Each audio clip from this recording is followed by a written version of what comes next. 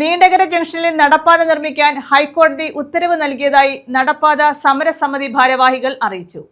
നിരന്തരമായ സമരത്തിനും നിയമപരമായ ഇടപെടലുകൾക്കും ശേഷമാണ് ഉത്തരവ്. ദേശീയപാത അധികൃതർ നടപ്പാത നിർമ്മിച്ചു നൽകാമെന്ന് രേഖാമൂലം കോടതിയെ അറിയിച്ചിട്ടുണ്ടെന്നും ഭാരവാഹികൾ കൊല്ലത്ത് വാർത്താ സമ്മേളനത്തിൽ പറഞ്ഞു. നിരന്തരമായി പ്രതിഷേധം ഉയർത്തിയെങ്കിലും നീണ്ടകര ജംഗ്ഷനിൽ നടപ്പാത എന്ന ആവശ്യം ദേശീയപാത അതോറിറ്റി ആദ്യമൊന്നും അംഗീകരിച്ചിരുന്നില്ല. എല്ലായിടത്തും അടിപ്പാതയും നടപ്പാതകളും നിർമ്മിക്കാൻ കഴിയില്ല എന്ന നിലപാടായിരുന്നു ദേശീയപാത അതോറിറ്റി സ്വീകരിച്ചത്. ഇതിനൊടുവിലാണ് നടപ്പാത സമരസമിതിയുടെ നേതൃത്വത്തിൽ ഹൈക്കോടതിയിൽ ഹർജി നൽകിയത്. അഡ്വക്കേറ്റ് അഭിരാജ് സുന്ദർ മുഖേനയായിരുന്നു ഹൈക്കോടതിയിൽ ഹർജി സമർപ്പിച്ചത്. എന്നാൽ നടപ്പാത നിർമ്മാണത്തിന് ശാസ്ത്രീയ സാങ്കേതിക പഠനങ്ങൾ ആവശ്യമാണെന്ന് പറഞ്ഞ് നീട്ടിക്കൊണ്ടുപോകാനായിരുന്നു NHAIയുടെ ശ്രമം. എന്നാൽ 4 ആഴ്ചയ്ക്കുള്ളിൽ റിപ്പോർട്ട് സമർപ്പിക്കണമെന്ന് കഴിഞ്ഞ മാർച്ചിൽ ദേശീയപാത അഭിഭാഷകരോട് ഹൈക്കോടതി നിർദ്ദേശിച്ചിരുന്നു.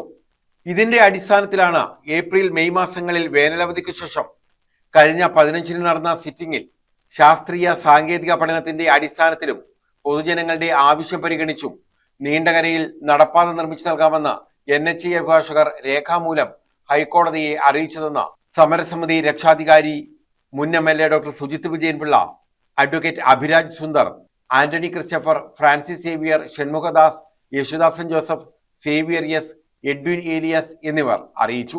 കാലതാമസം കൂടാതെ നീണ്ടകര ജംഗ്ഷനിൽ നടപ്പാത നിർമ്മിച്ചു നൽകണമെന്നാണ് ഹൈക്കോടതി ഉത്തരവിൽ പറയുന്നത്.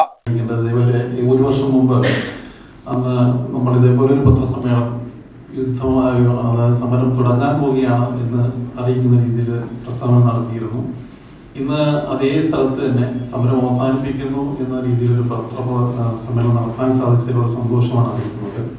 നിരവധി ചർച്ചകളും അതുപോലെ കളക്ടറേറ്റിലും നാഷണൽ ഹൈവേയുടെ റീജിയണൽ ഓഫീസിലും ഒക്കെ ഒരുപാട് ചർച്ചകൾ നടത്തിയെങ്കിലും എങ്ങും വിജയിക്കുന്നില്ല, പരാജയപ്പെടുന്നു എന്ന് തോന്നിയെടുത്താണ് ഇവിടുത്തെ സമരസമിതി ഒരു കേസിന് പോകുന്നത്. ഈ കേസ് വളരെ നിർണായകമാണ്. ചരിത്ര ലിപികളാൽ അല്ലെങ്കിൽ ലിപികളാൽ എഴുതപ്പെടാൻ പോകുന്ന ഒരു മുഹൂർത്തമാണ്. കാരണം നാഷണൽ ഹൈവേയുടെ ഒരു നിർമ്മാണവുമായി ബന്ധപ്പെട്ട് രാജ്യത്ത് ഒരു കോടതിയിലും നാഷണൽ ഹൈവേക്ക് എതിരായിട്ടൊരു വിധി വരാറില്ല, അല്ലെങ്കിൽ നിർദ്ദേശങ്ങളും വരാറില്ല. ഇവിടെ ഒരു അണ്ടർപാസ് വേണം, അല്ലെങ്കിൽ പുതിയൊരു എന്തെങ്കിലും ഒരു പെഡസ്ട്രിയൽ എന്തെങ്കിലും ഒരു നിർമ്മാണത്തിൽ മാറ്റം വരുത്തണം. കാരണം അങ്ങനെ ഒരു വിധി വന്നു കഴിഞ്ഞാൽ നിർമ്മാണം ഒരുപാട് താമസിക്കും.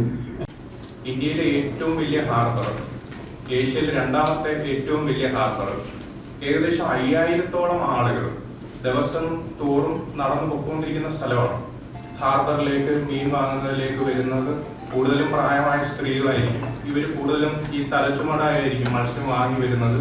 അപ്പം നിലവിൽ ഹൈവേ അതോറിറ്റി പ്രപ്പോസ് ചെയ്തിരിക്കുന്ന ഡിസൈനിൽ പറഞ്ഞിരിക്കുന്ന ബസ് സ്റ്റോപ്പിൽ നിന്നും ടു ആൻഡ് ഫ്രോ ഏകദേശം 2 കിലോമീറ്ററോളം നടക്കേണ്ട ഒരു സാഹചര്യമാണ് ഈ പ്രദേശത്ത് ഓൾറെഡി ഉണ്ടായിരുന്ന ഡിസൈനിൽ ഉണ്ടായിരുന്നത്. അപ്പം നിലവിൽ നമ്മൾ ഈ സമരസമിതി ആണെങ്കിലും മറ്റ് ഇതിൽ ഇടപെട്ടവരെല്ലാവരും ചൂണ്ടിക്കാണിച്ച ഈ പെഡസ്ട്രിയൻ അണ്ടർപാസിന്റെ ഒരു പ്രാധാന്യം ഈ പറയപ്പെടുന്ന സ്ഥലത്ത് വന്നാൽ മാത്രമേ പ്രയോജനം ആവുള്ളൂ. ഫിഷിംഗ് ഹാർബർ, ആയിരക്കണക്കിന് ആൾക്കാർ ഉപജീവന മാർഗം നേടുന്ന ഫിഷിംഗ് ഹാർബർ, സ്പെഷ്യൽ സ്കൂൾ ഉൾപ്പെടെയുള്ള 3 സ്കൂളുകൾ, ചരിത്ര പ്രാധാന്യമുള്ള നീണ്ടകര സെന്റ് സെബാസ്റ്റ്യൻ ദേവാലയം, അതുപോലെ ചരിത്ര പ്രാധാന്യമുള്ള കണ്ണാട്ടുകുടി അമ്പലം, വളരെയേറെ പെഡസ്ട്രിയൻ പൊതുഗതാഗതം ഉപയോഗിച്ച് യാത്രകൾ ആരംഭിക്കുന്ന വലിയൊരു ജംഗ്ഷൻ.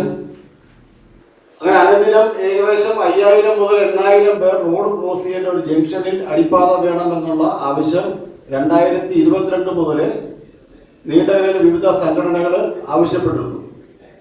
ആദ്യം തരാമെന്ന് പറഞ്ഞിരുന്നുവെങ്കിലും 2025 ആയപ്പോൾ ഇത് ലഭിക്കത്തില്ല എന്നുള്ളൊരു മറുപടി കിട്ടിയതിന്റെ അടിസ്ഥാനത്തിലാണ് നീണ്ടകര നടപ്പാത സമരസമിതി രൂപം കൊള്ളുന്നതും ബഹുമാനപ്പെട്ട MP, അന്നത്തെ MLA ഞങ്ങളുടെ MLA, ഗ്രാമപഞ്ചായത്ത്, ബ്ലോക്ക് പഞ്ചായത്ത്, ജില്ലാ പഞ്ചായത്ത് എല്ലാവരും ഇതിനു വേണ്ടി ശ്രമിച്ചു. പല നിവേദനങ്ങളും ബഹുമാനപ്പെട്ട കേന്ദ്രമന്ത്രി ഗഡ്കരിക്കും ഒക്കെ നൽകിയിരുന്നു. ഹൈവേ ചെയർമാനും ഒക്കെ നൽകിയിരുന്നെങ്കിലും പരിഗണനയിൽ അവരെടുക്കാത്തത് കൊണ്ട് ഞങ്ങൾ 2025 ജൂൺ മാസം സമരം ആരംഭിച്ചു. ഇന്നിപ്പോൾ സമരം ഇവിടെ അവസാനിപ്പിക്കുന്നതിന്റെ ഒരു സന്തോഷ വാർത്ത. ഇത് 385ാമത്തെ ദിവസമാണ് സമരം ആരംഭിച്ചിട്ട്. News bureau